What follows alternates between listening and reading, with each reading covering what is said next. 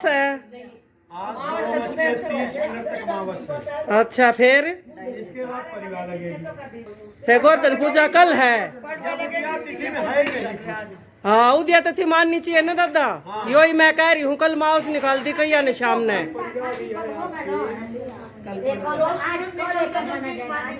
हाँ हाँ, चाहे कुछ लागे जाओ, सूर्य लिखने के पहले आओ, हवा तिथि माननी जा है। बस तो कल का कर लो सब।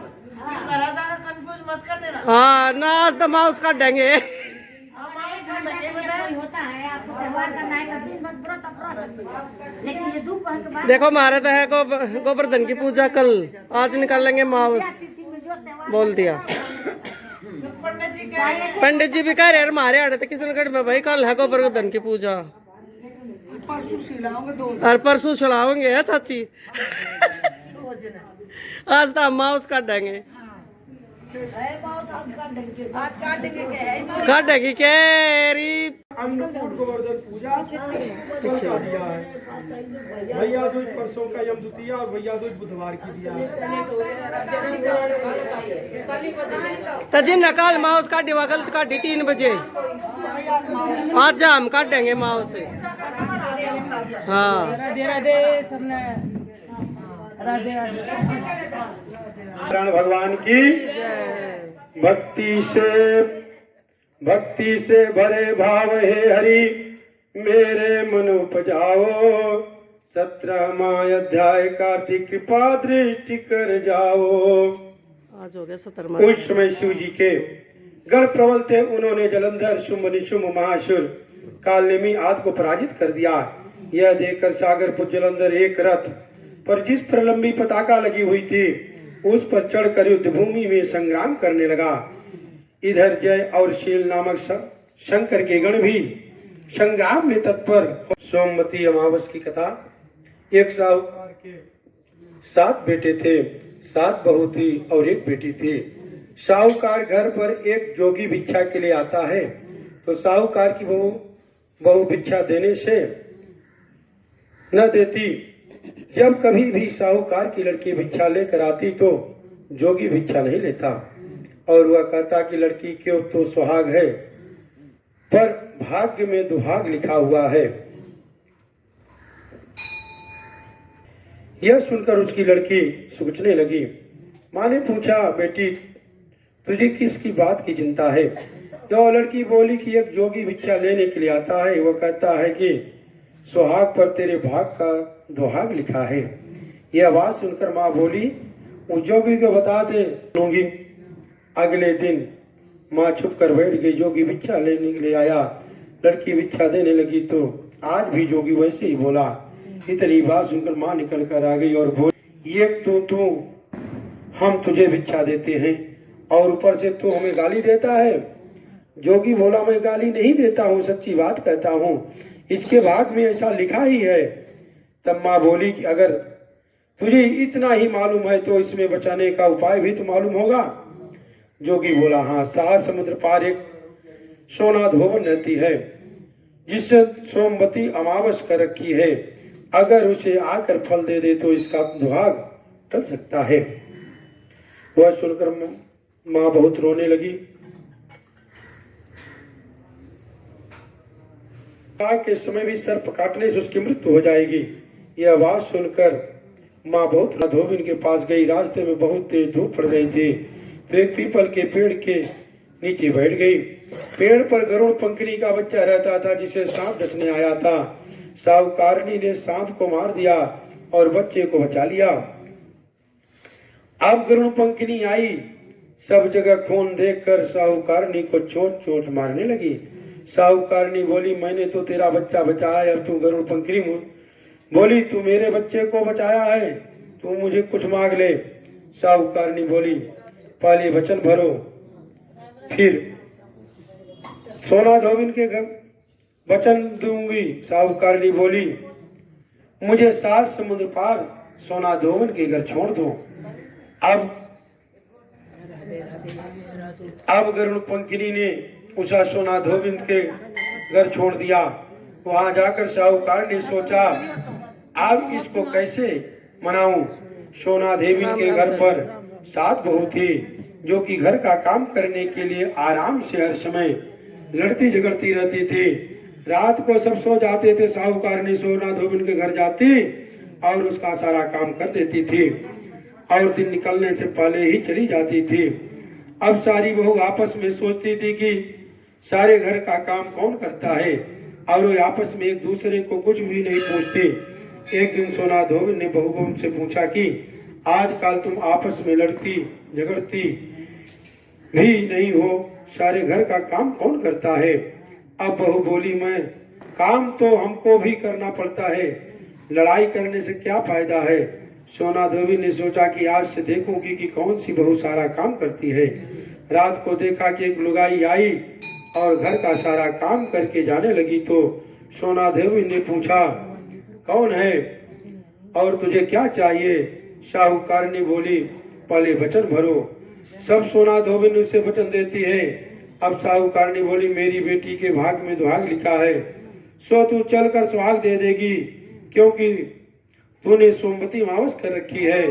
सोना देवी अपने बहू बेटों से बोली, मैं तो इसके साथ ही जा रही हूँ, पीछे तुम्हारे पिताजी मर जाए तो उन्हें तेल कूप में डाल कर रख देना।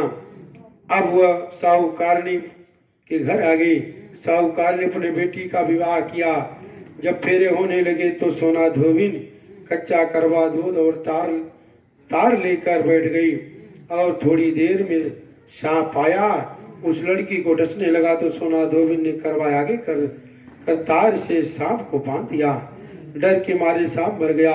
अब सोना धोबिन उसे सुहाग दे दिया और बोला, जितनी अमावस मैंने कर रखी है उन सब का फल साहूकार की बेटी को मिल जाए और जो आगे करूंगी उसका फल मेरे पति को हो, बेटी को मिले। सब कोई सोमवती की जय जय बोलने लगे। सोना धोबिन अब जाने लगी तो साहूकारनी बोली, कुछ मांग ले, तूने मेरे जमाई का जीवन दान दिया है। वह बहू बोली, मुझे कुछ नहीं चाहिए, यह कहकर वह चली गई। अब उसे रास्ते फिर सोमवती मावस आ गई। उसने पीपल के पेड़ के नीचे बैठकर कहानी कही, व्रत किया और पीपल की 108 फेरी लगाई। पीपल की पूजा करने के बाद वह घर गई। वहां पर जाकर देखा कि उसका पति मरा पड़ा है। जो उसने सोमवती अमावस रास्ते में की थी उसका फल अपने पति को दे दिया और उसका पति भी जिंदा हो गया। सब कहने लगी, तूने क्या किया जब वो जिंदा हो गया? वह बोली, मैंने तो कुछ भी नहीं किया, रास्ते में सोमवती अमावस आई थी तो उसकी पूजा करी थी, व्रत किया और 108 फेरी लगाई थी, सारी नगरी में ढिढोरा पिटवा दिया। जब कोई सोमवती अमावस का पूजा करेगा, व्रत रखे, 108 फेरी लगाएगा तो हे सोमवती अमावस जैसा साहूकार की बेटी को साथ दियो, उसे सब को दियो। बोल सोमवती अमावस की।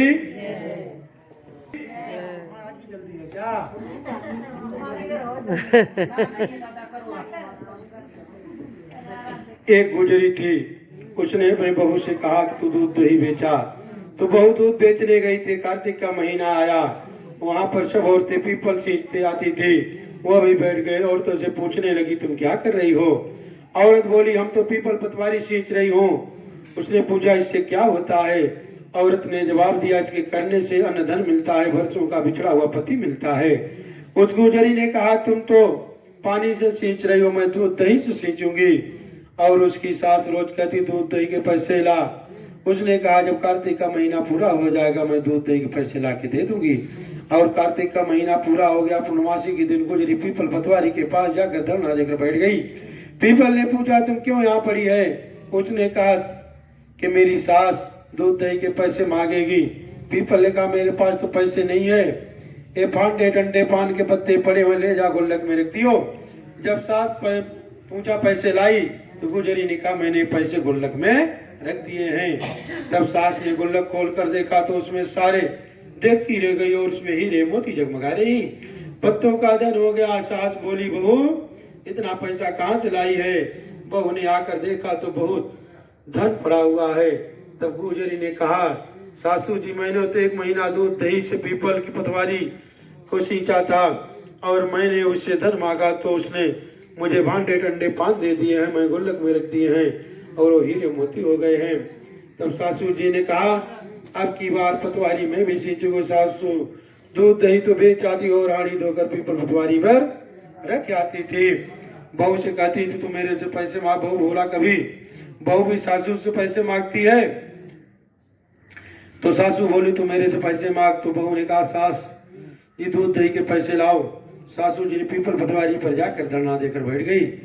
तो डंडे पत्ते पान के पत्ते उसे भी दे दिए, गुल्लक में जाकर रख दिए। फिर बहू ने खोल कर देखा उसमें कीड़े मकोड़े बिलबिला रहे हैं। तब गुजरी ने सास से कहा ये क्या है। सास ने देख कर बोली कि पीपल पटवारी तेरे को तो अन्न धन दिया है और मुझे कीड़े मकोड़े दे दिया है। तब सब बोले बहू तो सच से सीखती थी, सासू जी धन की भूख से सीखती थी। माता जैसे बहू को दियो वैसे सबको दिए, जैसे सासू को दो वैसे किसी को मत दियो। बोल पटवारी माता की। एक लपसी था एक तपसी था। तपसी तो भगवान की तपस्या करता था। लपसी सवा से लस्सी बनाकर भगवान का भोग लगाकर और लोटा हिलाकर जिम लेता था। एक दिन दोनों लड़ने लगे। लपसी बोला मैं बड़ा हूँ, तपसी बोला मैं बड़ा हूँ। इतने में नारद जी आए, पूछे तुम क्यों लड़ रहे हो। लपसी ने कहा मैं बड़ा हूँ, तपसी ने कहा मैं बड़ा हूँ। तपसी बोला सारे दिन भगवान की पूजा करता हूँ। नारद जी बोले मैं तुम्हारा फैसला कर दूंगा। दूसरे दिन लपसी नहा कर आने लगा तो तपसी नहा कर आने लगा तो नारद जी ने 1.25 करोड़ की अंगूठी उसके आगे फेंक दी। उसने आंख खोल कर देखा तो 1.25 करोड़ की अंगूठी पड़ी है। तब तपसी ने अंगूठी उठाकर बगल के नीचे दबा ली और तपस्या करने लगा। लपसी सुबह उठकर नहाकर सवा से लस्सी बनाकर भगवान का भोग लगाकर लोटा हिलाकर चिमने लगा। इतने में नारद जी आए और दोनों को बिठाया। जब दोनों ने बोले कि कौन बड़ा है, तब नारद जी बोले मैं बड़ा हूँ। और तब नारद जी बोले तू घोड़ा उठा। घोड़ा उठाया तो 1.25 करोड़ की अंगूठी निकली। तब नारद जी बोले ये अंगूठी तूने चुराई है, इसलिए तेरी तपस्या भंग हो गई, इसीलिए लपसी बड़ा है। तपसी बोला है महाराज मेरी तपस्या का फल कैसे मिलेगा। तो नारद जी बोले तेरी तपस्या का फल कार्तिक नहाने वाली देंगी। फिर नारद जी बोले कि सबकी कहानी कहकर तेरी कहानी नहीं कहेंगी तो कार्तिक का फल खत्म हो जाएगा, नहीं मिलेगा। बोल लपसी तपसी की।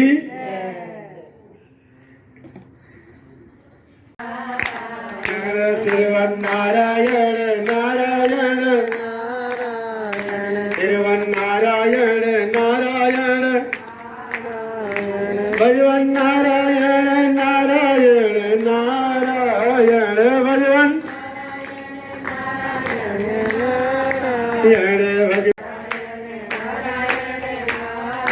गणपति नारायण नारायण नारायण भद्री गण केदार नारायण नारायण नारायण केदार गण केदार नारायण नारायण नारायण केदार गण लक्ष्मी नारायण